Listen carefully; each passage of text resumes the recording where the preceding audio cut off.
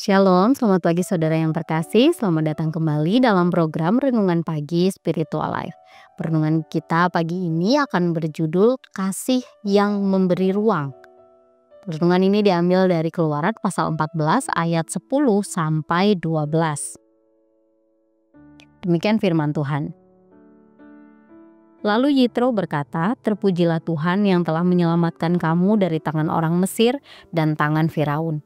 Ia telah menyelamatkan bangsa ini dari tangan orang Mesir. Sekarang aku tahu bahwa Tuhan lebih besar dari segala ilah, dan ia melakukan hal itu karena orang Mesir telah bertindak angkuh terhadap mereka." Lalu Yitro mertua Musa mempersembahkan korban bakaran dan beberapa korban sembelihan bagi Allah. Harun dan semua tua-tua Israel datang untuk makan bersama dengan mertua Musa di hadapan Allah. Saudara yang terkasih, di bagian akhir dalam perikop yang baru saja kita baca ini diceritakan bagaimana reaksi Yitro, ayah mertua Musa, setelah mendengar tentang cerita pembebasan bangsa Israel dari Mesir. Setelah dengar cerita itu, Yitro kemudian memuji Tuhan dan mengakui bahwa Dia lebih besar dan berkuasa dibandingkan dengan semua ilah-ilah lain yang dia kenal. Dia kemudian mempersembahkan korban bakaran dan beberapa korban sembelihan untuk Tuhan.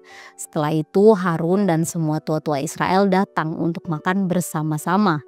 Saudara, sebagai imam di Midian, Yitro berasal dari latar belakang keyakinan politeistik, yaitu dia mempercayai bahwa di dalam alam semesta ini terdapat banyak ilah-ilah yang bersifat fungsional atau sesuai dengan kebutuhan dan bertindak berdasarkan teritorial atau wilayah tertentu saja.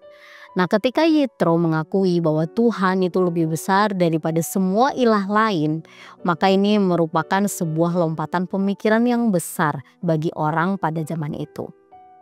Kemudian persembahan korban yang ia lakukan adalah tindakan yang lazim dilakukan oleh imam pada masa itu sebagai respon untuk membalas kebaikan sang ilahi yang sudah diterima oleh manusia.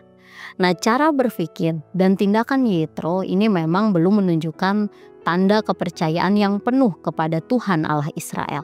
Namun Musa pada saat itu dia tidak mengonfrontasi atau menghakimi tindakan Yitro. Sebaliknya dia menunjukkan sikap toleransi dengan memberikan ruang bagi proses pertumbuhan iman Yitro. Saudara yang terkasih, melalui peristiwa ini kita belajar untuk memiliki kesabaran dan kerendahan hati dalam menyikapi orang-orang di sekitar kita yang mungkin sedang bertumbuh di dalam iman.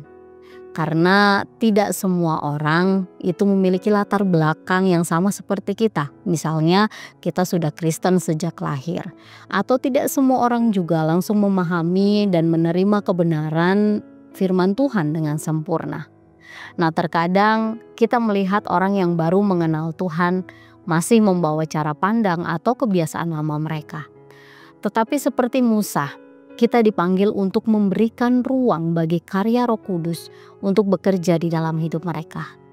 Mari kita tunjukkan kasih kita dengan menghargai setiap fase pertumbuhan iman orang lain. Saudara, mari kita berdiam sejenak, menenangkan batin kita dan mengambil waktu untuk merenungkan firman Tuhan yang baru saja kita dengar. Apakah saudara sudah bersikap sabar terhadap orang-orang yang masih dalam proses untuk mengenal Tuhan? Atau justru saudara mudah menghakimi mereka karena cara pikir dan tindakannya belum sesuai dengan iman yang kita yakini?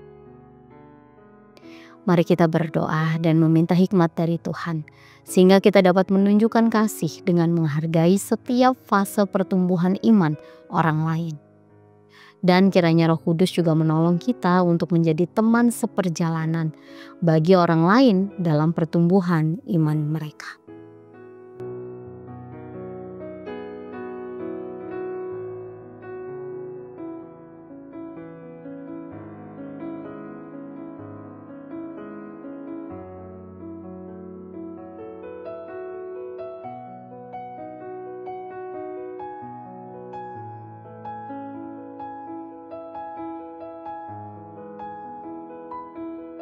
Demikian renungan kita hari ini, mari kita berdoa. Ya Bapa di surga, terima kasih untuk kasih dan kebaikan Tuhan buat kami. Terima kasih karena pagi hari ini kami bisa bangun dalam keadaan yang baik untuk memulai hari kami. Tuhan, kami bersyukur untuk kebenaran firman-Mu yang kembali mengingatkan kami bahwa kami harus memberikan ruang bagi orang lain untuk ada di fase-fase pertumbuhan iman mereka. Ampuni kami jika mungkin selama ini kami pernah menghakimi orang lain, menilai buruk terhadap pertumbuhan iman orang lain. Kami berdoa Tuhan, biarlah kami dan juga orang-orang yang kami kasihi, semua orang di sekitar kami akan terus mengalami pertumbuhan iman ke arah kepenuhan seperti Kristus. Kami berdoa menyerahkan hidup kami Tuhan ke dalam tangan kuasa-Mu. Dalam nama Tuhan Yesus kami berdoa. Amin. Saudara, demikian renungan kita pagi ini. Selamat pagi, selamat beraktivitas. Tuhan Yesus memberkati.